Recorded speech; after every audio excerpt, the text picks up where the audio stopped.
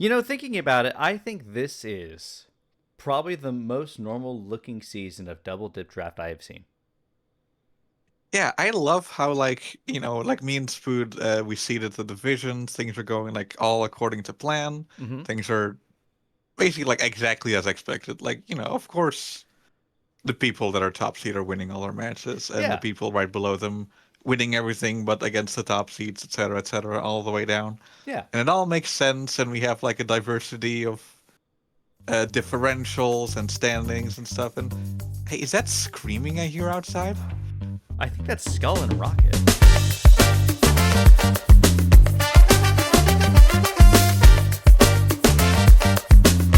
Hello, everybody! Welcome back to Double Dip Draft Week 4. As we look into Aqua Division. Hi, I'm Cabral, coach of the Hashlingy H Slashers. Joining me. It's Aurora, coach of the Honchkrows Hunters, and we have a totally normal, completely expected division for you. Yeah, we'll get into standings and everything towards the end of the video, but coming off of last week, majority of, our expected top players are in the top 4.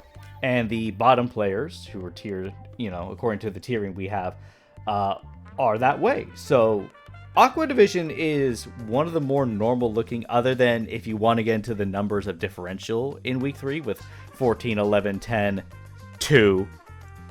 So, there is that aspect of it. There's a bit of a drop-off. There's a bit of a drop-off. But overall, we haven't seen the top players fight each other, and we haven't seen the bottom players fight each other. But that changes this week. We actually have Madcapster versus Scoots to look at this week. We also have Sliggoo Sluggers versus Treasure Town Togetics to look at this week, which we know Treasure Town already had a win.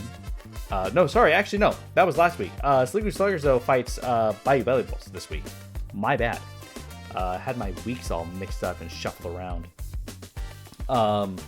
But what that tells me with these players fighting each other, we still actually haven't seen all of the players fight each other yet in the bottom end and the top end still, even though there's only 2 matches this week that have that.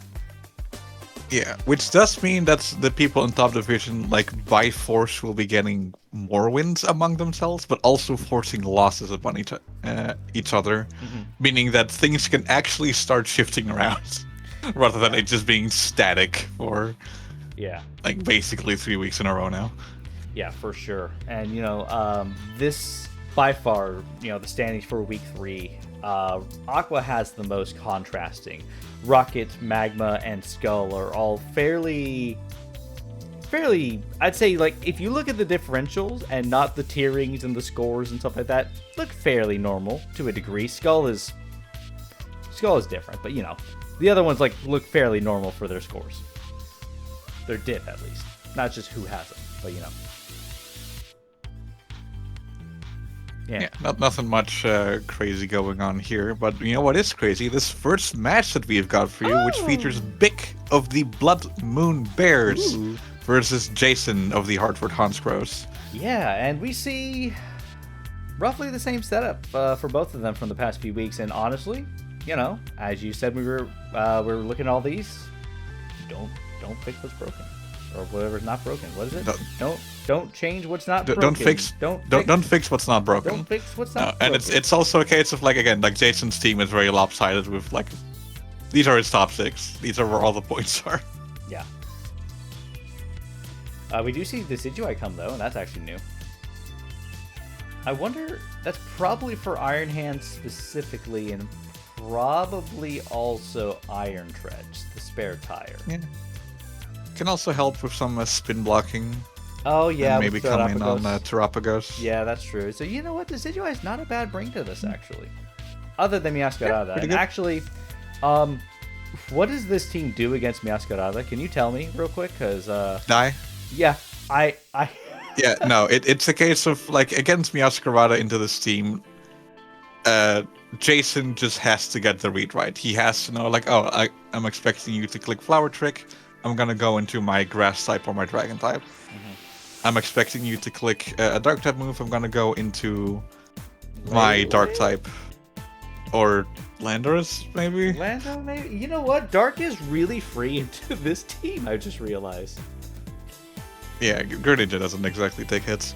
No. If you're expecting like a triple axle, then I don't know, lay it down on your grave or something. Yeah. It's just rough from matchup from the beginning, but I think there's nothing else. It's a very good Pokemon. It's adjacent because the bulk is Landorus and Decidueye, and that's it. Well, Lele's a little bit of both. It's a little. It doesn't take hits that well though. No. Like it's usually invested in speed and special attack because it has to be. Yeah, that's fair. It's got like 130 special attack, I think, as well. But yeah, I think at this point it's just a matter of getting in there. We see Decidueye start, and we have this lead, and that's a very bold because we see triple axle. Yeah, remember how we said Decidueye is a good bring into this team? Bye, Decidueye. Yeah. It's just really rough because, lead triple axle makes the most sense. You just click it into anything. And even if you expected, even a knockoff probably would have killed Decidueye too, actually. Yeah, the read with the Ice Punch too. Yeah. Very good on Vic. Nice little Toxic there, very clean. Yeah. Toxic, pretty much entirely free into Jason's team. Nothing exactly wants to take it. Yeah. No freeze though, unfortunate. Maybe we'll get it this time. Yeah, and we see, this Iron Hands is just gonna blow this thing up. Yeah. One of the only Ice Beams in this whole entire league that hasn't frozen thus far. Ice Beam has been criminal this season. A very disappointing Ice Beam, if I do say so myself. Yeah, did you know that it didn't have 100% freeze chance? It doesn't? What is it like? It's gotta be like 50, right? It's like a 50-50. Something like that. Okay. I haven't looked at it lately, but it's probably something like that. And we see Drain Punch coming out from this Medicham. Yeah. Seemingly no Dark type coverage to try and hit this better. Yeah, I think that gets knocked off. Does Medicham get that knockoff? I think it does. I don't see why it wouldn't. I must say it does. It's also kind of a shame that Lele's here because Lele counteracts Medicham's really good at kind of the low punny thing in a way, but obviously no stab, but it gets fake out. And it does really well with it, but Psychic Terrain prevents priority moves. Medicham doesn't get knockoff. That's crazy. Really? Does he get Throat Chop?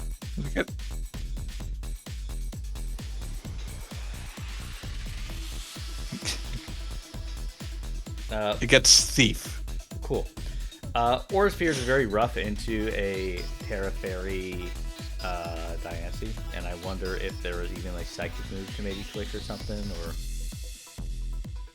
A Side Shot could have gone better there, and sadly, this thing just spamming the strongest move it's got, but it's not good enough into this. No, this Diancie's had a lot of utility for pick of the season, I feel like. I mean, I feel in hindsight, maybe letting a Pokemon with 100 offenses and 150 defenses, Terra might have been a slight oversight on our end. Maybe. Whoops. I don't know. I think we'll have to see more utility out of it if we do it again next season or something. But that win goes to Bic, who remains undefeated so far, but that's not going to be the case going into, I believe, next week, actually. But we'll get there when we get towards the end of the video. For now, though, we have another match. We have Alter of the Sliggoo Sluggers versus White Loaf of the Bayou Bellibolts. This team, what is this? Why do we have so much bulk on one side here? Yeah, we have a lot of bulk on one side. And we do see Terra Ice Leafeon, and that hits everything except Glastrier and Fortress. Yeah, it's pretty good into the team. Though Fortress is also really good into it because it's Terra Ice and this week, which means not having a Terra Fire so it can bust through that thing is a bit unfortunate. Yeah, Terra Fire might have been. What is the ice for? Salamence. Oh, the Salamence? Yeah. Makes sense. Yeah. So, that was, in general what that was for. But Ninetales here, the fish is here, and we also have Clodsire here, and Mew can literally be anything. Mew can be anything at once. Base 100 and everything. Pure Psychic is just alright typing wise. Yeah, I mean its move pool alone is just what makes it really good. and a Sableye here to try and support this team somewhat. Though it has to be wary of the shift tree that's here. Yeah, I do like the shift tree bring. It's really fun. Likely running Chlorophyll in tandem because that is a mini little Sun team there, just Leafeon Ninetales. So. Yeah, can do some cool stuff, especially like a well-placed grass type move into the fish can do a good number.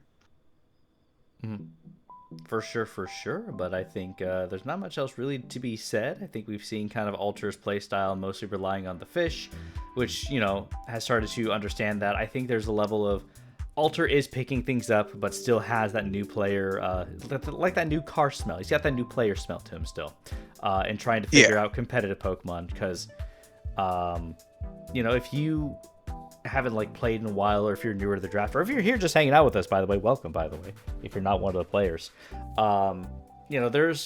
there's a lot that goes into this. Because if anyone's just played Pokemon casually, your mindset has to change, because it's not just click move in front thing. It is, oh, my opponent with the brain is either going to switch out because they're scared of me, or expect me to expect they're going to switch out and click a move. Or do I just hit whatever comes in with something, or do I switch out and prep? There's a lot of layers of thinking, and depending who you're playing, that's going to shift every single week. Yeah, and also just try explaining this game to somebody who just hasn't before. And you'll start realizing how esoteric this fucking game is. Oh, yeah. No, absolutely. It's again, of course steel types can't be poisoned. Yeah. So, and there's just things like that. And it's not just realizing that typings per se, like steel specifically can't be. It's recognizing that Fortress is a steel bug type and not a rock type, because it kind of looks like a rock. It does look a lot like a rock, not necessarily like it's made of steel, but it's neither here nor there. And that's part of Pokemon's designs and stuff. Yeah, let's hop into this one. Yeah, Ting-Lu lead. We have a Mew lead as well. I do like the trick immediately, because Choice Scarf. What does Ting-Lu do with that? Yeah, Nick has quite a few Pokemon on his side which really do not like having a choice item. Yeah. Ting-Lu very much among them. He will, so having a scarf on here is very nice. Yeah, opening plays are really good so far by Alter. By the way, I like the trick with Mew into Ninetales, understanding it's stuck into rocks. I do think that's a little greedy. Swords Dancing, obviously knockoff doing almost 50% damage is crazy, but Leafeon's already down to 52, and that's really rough. Yeah, Leafeon definitely relies on its health to set up that first initial Swords Dance, and then tries to use the rest of the sun to bust on through. Yeah, I think it's better to use Leafeon to just kind of click a move into whatever's in front of it, or if there's a switch out expected, don't set up, just click a move. I think that's something this season I've noticed in a lot of the matches. A lot of players are wanting to set up. They want to click their Calm Minds, they want to click their Swords Dances, but you don't always need to do that. It might actually be better sometimes to just hit whatever's in front of you. Yeah. Meanwhile, Nick realizing that if this Mew doesn't have Defog or Rapid Spin, then Alter cannot get rid of these hazards anymore. Yeah. And is very happily gonna set up as many as Alter will let him. The Protect here is interesting. I get wanting to heal the fish, but I would have used the Wish Pass into Leafeon. There we see a Toxic on this.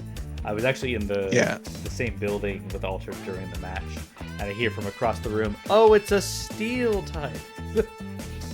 I love that. I mean, you gotta figure these things out somehow, and sometimes the way you figure things out is by just running headfirst into them, which is unfortunate, especially when it happens in the match. Yeah. But what do you do about it, really? Yeah, nice Solar Beam on the switch. Good Solar Beam. Ting-Lu, yeah, and then Weather Ball here just for safe. It knocks it out already. So again, there's things that Alter here is picking up from game one. Compared to where he was at. That's really nice. That's scary. Nice 95% accuracy. Yeah. Thanks, high horsepower. Yeah. And again, with Leafeon gone, 1, that's all the attack moves. 2, Mew's gone. So that's the other half of the attack moves. What's left? Yeah, like at this point, all the offense has to come from this Ninetales, and it's not doing anything into this Glastrier because it turns out Ninetales has 81 special attack, and that's not a lot. Not a lot. Yeah, and it is boots, so it could be like a nasty plot set or something. We do see another toxic. According to the chat, it looks like it was a misclick, which does happen. I know I've misclicked on some of my matches before as well. I've had like moments where like I've clicked a move, canceled it, clicked a different move, canceled it, clicked a different move, canceled it. I've done that so many times. And then ended up clicking it. You click the move and you think about it, and then ultimately still click on a move that you didn't intend to. Yeah. It's very funny. But at this point, Alter's lost so much ground. There's no offense left on the team. The fish is here, yes. But what do you really do? We do see Protect here. This is just... Yeah, good. Yeah. Unseen Fists, making sure that this Urshifu can punch even though the Protect is up. Yeah. It's not necessarily niche knowledge, it's more so just a case of like, if you haven't seen it before, it's not something you really comprehend, I guess. Like it's like Protect is this move that's supposed to keep you safe from everything, and then it just doesn't do that. For sure. There was an opportunity there to switch into Clodsire because it has Water Absorbent and would have taken that. The other thing I'm also realizing is why has Nick not switched to Salamences, who does not take any damage? Yeah, this Clodsire has revealed all of its moves. The only attacking move here is Earthquake. Meaning that it's entirely safe to go into Salamences. But Nick decides, nope, this kill goes to Shift Tree. Yeah. So yeah, I like the Shift Tree ring. That's really fun, really cool. Definitely a bandage. A lot of work. But taking advantage of the little bit of sun that was there was really nice. And then just, again, Nick going through and like taking out Leafeon, then taking out Mew, then taking out Ninetales, and the offense is completely gone from Alter Scene. There's a really good amount of whittling done. And again, that's not to belittle Alter. Again, I really like Alter's opening play. The trick into the sun with the boots and then into Leafeon was really well done in the opening place. Yeah, that's one thing I've honestly loved seeing like throughout this entire season. Is like all the new players and people that are like less familiar with drafts and competitive Pokemon fumbling the first couple of weeks, and then like in week 4 now we can see the fruits of some labor. Yeah, we can see 2 and 2s being put together and lessons learned in previous matches being put to practice. Yeah, absolutely. I will note, Nick got a whole bunch of crits in this match. Yeah, I don't believe they ultimately changed the... Yeah, the crit game was crazy. I don't believe it ultimately changed the outcome of this match in like any significant way. Maybe it could have changed a differential, maybe 2. Yeah. But for the most part, like, Nick still had so much health on Glastrier and Salamences, who hadn't even come in yet, that I feel like it wouldn't have made a difference. It would have changed the game for sure, but it wouldn't have ultimately made a difference in the outcome, I believe. Yeah, no, I agree with that. I think maybe, like you said, a diff or 2 might have made a difference. Fortress could have died a little earlier, perhaps, but a lot of it still falls down in general to, I think, just playstyles, and it is what it is. But yeah, Nick goes away with a 5-1 there. 5-0, sorry. 5-1. I saw the 1 missing, so my brain said 1. There can never be a differential on the other side. It's always like a number and then 0. Yeah, true. Which the number can be 0. Yes. Anyway, speaking of things that aren't zeros, the next batch of Mad Capture of the Grass Valley Greninjas versus the Scoots of the Portland Palafins. Yeah, and this is... Regigigas is back. This is Scoots' first match with someone who also, if I remember correctly, for week 3, is that right? Yeah, both these players are at the top of Aqua Division. Scoots, of course, in first, and we have Grass Valley Greninjas in second. Both at 3-0, Scoots at 14, Mad Capture at 11. Yep. So like one of these is gonna be taking their first loss here. Madcapster has been. I mean, everyone's been like preying on the lower tier people so far, like the lower rated players, I guess. Yeah. Thus far, so like this is gonna be like the first, like the immediately being put up against Scoots is gonna be like a big shift for Madcapster. Because Scoots just fundamentally like plays differently. Yeah. And has like a higher understanding than I feel a lot of the people in the lower seeds do. Yeah, I could definitely see that. With Scoots being top of the league, I'm going to say IDM not being in this season. Scoots right now is the top player in the whole league that is actively playing. And we see a very unique team from Scoots and a very just solid team in general. I love the Regigiga Spring. Best Pokemon ever. Changed my mind. Slow Start is the best ability. Changed my mind. Madcapster on his side, we see roughly the same thing we've been seeing week to week, other than Phalanx is brand new, and that's a really fun bring. The little dudes, the fucking the Goon Squad. Yeah, they're probably here to, I imagine, hit Latios.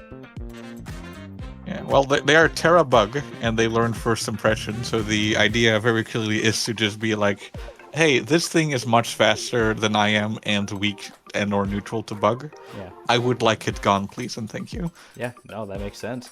I mean, even, you know, we do keep mentioning some players keep bringing the same sets, but there's something about some sets are just really good. Again, Torkoal, Chandelure, Walking Wake, you know, Screamtail, and Sandy Shocks are very good Pokemon. I'm not trying to say that they're not. That's a very scary team. It is a good lineup. It does have the slight quirk of all of these Pokemon are special attackers.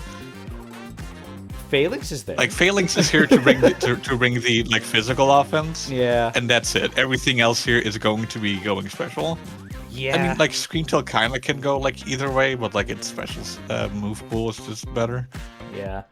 No, I get that. Walking Away can Dragon Dance too, and you can do some unique little things, but I doubt that kind of comes to this matchup. Yeah, especially since Hydro Steam is so good. Yeah, it's the only good water move you can have in the sun. So yeah. With that being said, though, I think we should get going with this match, and we see a Lycanroc Midnight lead and Torkoal lead, which makes sense. That's been the lead I think every week so far. Immediately into Walking Wake. I mean, we've pointed out before that like Madcap's team really likes the sun. Yeah. And yeah, we do see that. Oh boy, this is a lot of damage, and that's a Life Orb boosted special attack photosynthesis boosting Hydro Steam in the sun. So that's an insane amount of damage. Yeah, it is. But also, this thing is rapidly killing itself with the Life Orb. It's only got one hit left in it, unless it gets a Wish Pass from the Screamtails. Yeah. And here we see Knockoff not knocking off anything from Sandy Shocks. Yeah. Booster Energy does not apparently knock... We're learning so many unique things this whole season. We're learning too many things this season. Yeah, it's very strange that it can be. I don't know why that is. Yeah. Like, it's the only, like, consumable item that, like, isn't able to. I don't think Madcap deciding, like... the setup on Latios, no, we're gonna just like roar that out. Yep, taunt, and we did see another roar coming there too in the chat. Yeah, I wonder what he's trying to accomplish with the roars. Maybe just being able to get health back. But like he's just taking a hit every turn. Yeah. And now we have this Oricorio who is already at +2, and even like Terra Bug First Impression. Even if this is Joyce Bandit. That's a quad resist. Yeah. And now it's dead. Mm-hmm. And now suddenly it is 4 special attackers into something with +2 Spit F. Yeah, Earth Power. It's still doing 24%, by the way, with 2 Quiver Dances is crazy. It just kind of shows how frail Oricorio is. Yeah. Oh, 3, sorry. Yeah, 2.5, you're right. Yeah, because the Quiver Dance goes up first. Yep. Yeah, no, like this thing is still taking like a decent chunk, but we do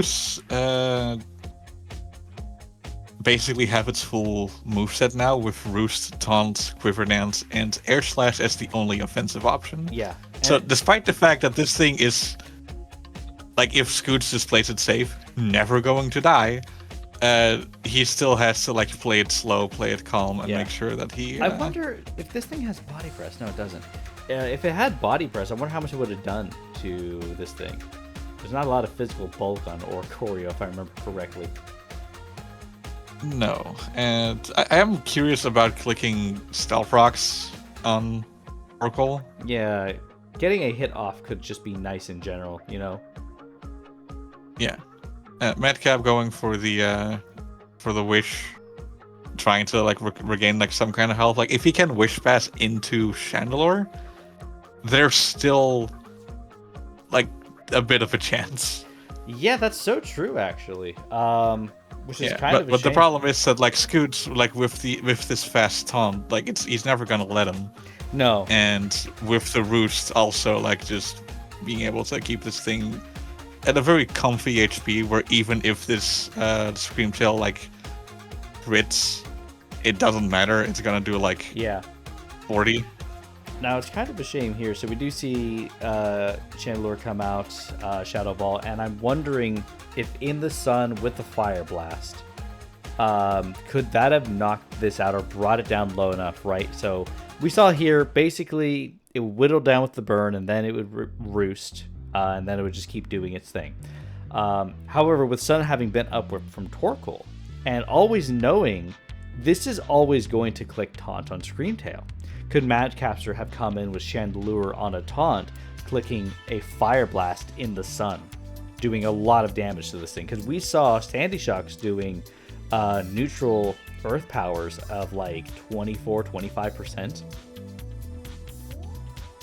And the Shadow Ball of this Chandelure is like already for 24, which means like a Sun boosted Fire Blast. Like that's 30 base power more. Yeah. Plus the Fire boost. Like you're probably looking at like upwards of 40 to 50% like on the 2.5 times special defense. Yeah. And if you then land a crit, you can still knock this thing out. It's the chances are slim. Like chances are slim. Yeah, the most likely outcome is that like regardless of what Madcap did here, this thing just wins. He didn't have an answer for it. Yeah. At best, he could have tried to like force the Terra and then first impression into it, rather than just chucking it at the 4x resist. Yeah, that might have been a little nicer, but Scoots likely would have just waited still, because Fire, looking into the rest of this team, Sandy Shocks is the only reason it would have switched the ground expecting an electric move, so you have to do that first. But everything else, you know, other than Walking Wake, Chandelure doesn't really damage a fire type. A fairy moves don't really damage a fire type. Torkoal's not going to really damage a fire type, you know? Yeah. So you'd have to draw the other out. alternative would have been Walking Wake, but Walking Wake was like spent by turn 3. Yeah. No, for sure. But very clean 6-0, and Scoots taking another win, and Madcapster dropping now at this point, getting a first loss this season.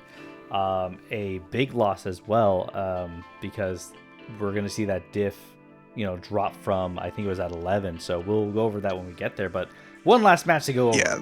One last match. We have Mass of the Treasure Town Togetics versus Woody of the Schaumburg Salamences. And we see Mass's team is not very bulky still, and that's okay. We have seen like pretty much these setups from both sides. Again, I feel like Aqua Division is very like set in its ways. It feels It kind of is. not too much changing from week to week, which, you know, it keeps it comfy, it keeps it homely. Like you can leave for a week, you can come back, and you can be like, yeah, this is most of my family still. I remember these people. Yeah. No, that's so true. But even with Mass's lack of bulk here, it's down to how you play into Woody's team here, which I'm going to be honest, this is probably Woody's scariest draft that we've seen in a while, I feel like, if I can say that. Yeah. Mega low money especially alone. with especially with Mass's team being as frail as it is. with a bit of chip, suddenly Lopunny just rampages through it all. It really does. Which is horrifying. Really fast and hits really hard. And Amorous is there, and but a fake out would still probably do 17 to 20, maybe 25 if it's like attack investment or whatever. Not that it wouldn't be attack investment. It's always attack and speed investment. What am I talking about? It's only like 25, I'm pretty sure, with a fake out. Yes. It's basically, there's one way. That's you run Lopunny, and that's just the way you do it every week. Yeah. Unless you want to do, I guess, the fake out last resort. Yeah. Specifically. That's really fun. And that's so good. Yeah, but I don't think there's much else to say really about the draft. I think a lot of Pokemon speak for themselves. We've mentioned Lopunny, Dracovish here just to hit really hard. Porygon 2 always is a stellar pickup, I feel like. The amount of bulk it has with Recover, with Eviolite, and then its move pool is very varied. And it's 95 special attack? 105?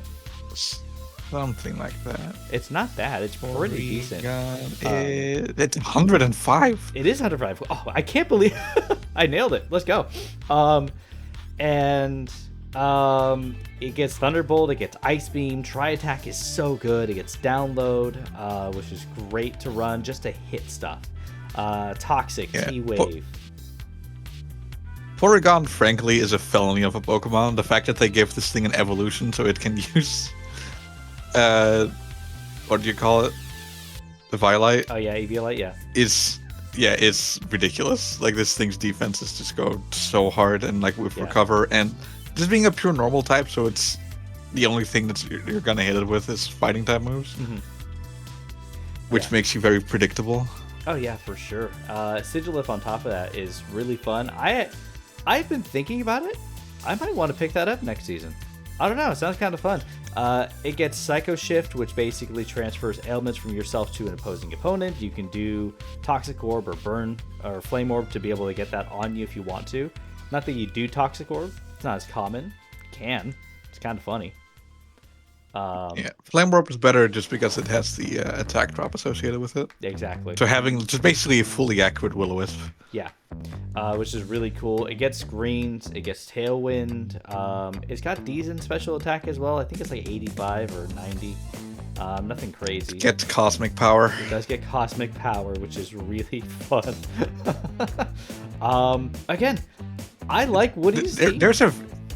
It's a veritable toolbox of a Pokemon. Yeah. So, and that's not to slouch on Mass's team here.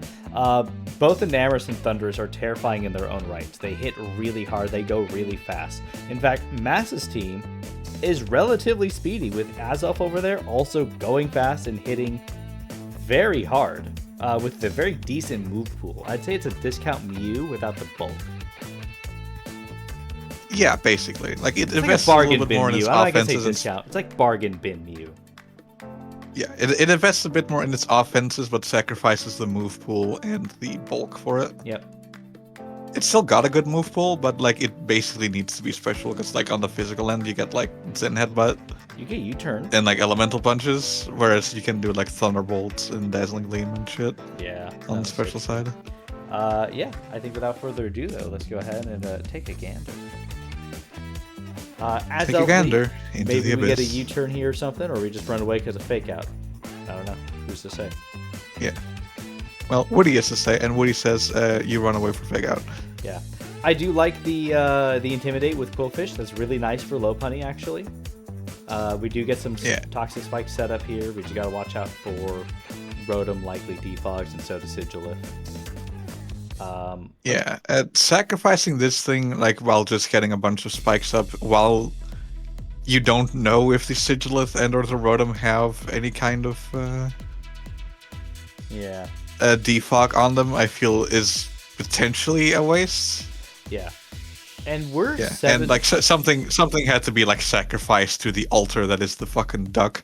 Yeah, and we're like 8 turns in, by the way, and Mass had already lost 2 Pokemon immediately to Woody's team, and Porygon 2. Not even to Woody's team, just to Porygon. Just Porygon. That thing's crazy with that download. Yeah, but we get some classic Woody shenanigans of setting up a light screen in front of a physical Oh, attacker, Calm Mind and came then out clicking too. Calm Mind in front of the physical attacker that just did over half your health. Yeah, another fake out doing a 13% of this. And Manaphy's probably the bulkiest Pokemon that Mass has on his team, I think. Yep. Matt's trying to just like get rid of the Lopunny with Alluring Voice, but alas, it flees with U-turn. Yeah. Toe Glow's nice. Gets up a basically free Tail Glow, like on this Stealth Rock. Yeah. Because at this point... this is terrifying because a 2.5 times special attack that's a big number. That's 3 Quiver Dances right there.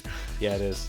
I mean, and this thing with the base 100 across the board, it's hitting so hard with that special attack at this point.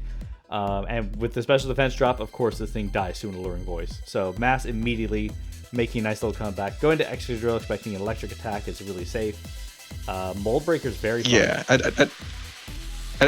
I would have loved for Woody to like bring in this this Rotom on the Manaphy to try and force it out earlier and preserve the Lopunny, but that's not the game we ended up playing. We ended up setting up the Rain Dance again for yeah. silly little fish over here, and he actually gets it off. Like the Vicious Rend goes first. Yep. It absolutely does not need the Rain Boots to kill that. Yeah. I wonder how well that thing would have done if it was Choice Scarf. The Vicious Rend. I guess Manaphy actually. Probably will. It might have been Choice Scarf with Vicious Rend, but the problem just is that this Enamorous is probably also scarfed.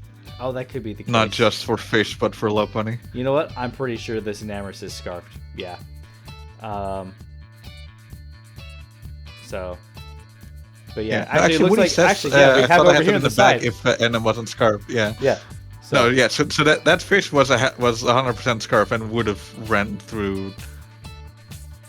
But at least like a couple more Pokemon. Like I'm not sure if it. I don't think it. Manaphy was Manaphy, pretty. I mean, Manaphy is pretty busted at this point. It was like what 41 HP at the end. 44. Yeah. 44. Okay. You're right. Like a fish's rent, like coming off of because it's like it gets doubled in power because it's going first. I can see that doing just enough. Yeah, you know what? That could have been scary. But yeah, a good job on Mass for scarfing the Enamorous here, because that did bring in the victory. So, which, leads us to our differential for the current season as it is. In fact, I'm going to open this up a little bigger before we just jump into this. There we go. That should help us a little more. What a week, by the way. I can fight. What a week, yes, but honestly, still for the most part, these are the way that we expected these matches to play out. Well, I mean, in Aqua Division. Sorry, I was busy looking over at the screaming pile that is Brock. No, don't look at the rest. Don't look at the rest of the division. Look at Aqua Division. That's what we're talking about, right? Yeah, you're so right. If you take Aqua the top Division's half, just like business as usual. Yeah, take the top half. I'll take the bottom half. Yeah. At the top, still leading strong as the division champion currently is Scoots, the Portland Palafins, for a no plus 20 differential. Scoots has only lost 4 Pokemon this season so far. That's so crazy. Which is nuts. In second, Big, the Blood Moon Bears, also for no with a 13 differential. Next up, Nick, the Bayou Bellibolts, 3-1 at +7 differential. The Grass Valley Greninjas, also 3-1 with a +5. And then you take the rest. Yeah, and then we got Treasure Town Togetics at a 2-2 at -1, followed by Hartford Honchkrows at 0-4. The rest of these are 0-4, with Hartford Honchkrows at -12, Schaumburg Salamences at -16, and Sliggoo Sluggers at -16. We still have 3 players who have not fought each other in this division. 5 players, sorry, because this coming week, Portland Palafins fights Blood Moon Bears. That's a very big fight, because that will determine first place. Yeah, that is basically guaranteed to be like, hey, this is the ticket, whoever wins this one. Yeah. Assuming that the winner can hold it out for the other 2 weeks as well. It's basically like the ticket to first place. Like that is the big match to watch in Aqua Division. Yeah. But that being said, from this week moving forwards, the bottom 3, each week 2 of them will fight each other. Yeah. No, for sure. We got Sliggoo Sluggers and Schaumburg Salamences fighting this week. And I think we have Grass Valley Greninjas and and Bayou Bellibolts fighting this week too. And then it's Treasure Town and Hartford fighting each other. I believe is the case. Yeah, all exciting matches. I will note that if the Bellibolts and the Greninjas manage to secure their 4th wins, respectively, everybody with 4 losses is out. Yeah. So currently, like the best anyone with 4 losses can do is still sneak into 3rd place. Yeah. Sneak very sneakily. I think this will be a division where 4th place is going to be the contested spots. 100%. Like Mass holding on with that 2-2 still has the opportunity to sneak in. He's gonna have to play well. Yeah. He can't really afford to take much more in the form of losses. He's in a better shape than the people below him, but yeah, he's gonna have to clinch out against some tough opponents to get those. Yeah, for sure. And it'll also depend on differential. For instance, if Jason Hartford Honchkrows wins this week, that puts him at a 1-4, whatever differential, but that'll put Mass immediately at a 2-3. And Jason still has to fight Woody and Alter. And if Jason's able to do that, then he could potentially get to 4th place, depending how Mad Capture does. That's not impossible. Yeah, it's not impossible, but you have to hope that either the Bellibolts or the Grass Valley Greninjas just never win again. Yeah, and that's literally what it's down to.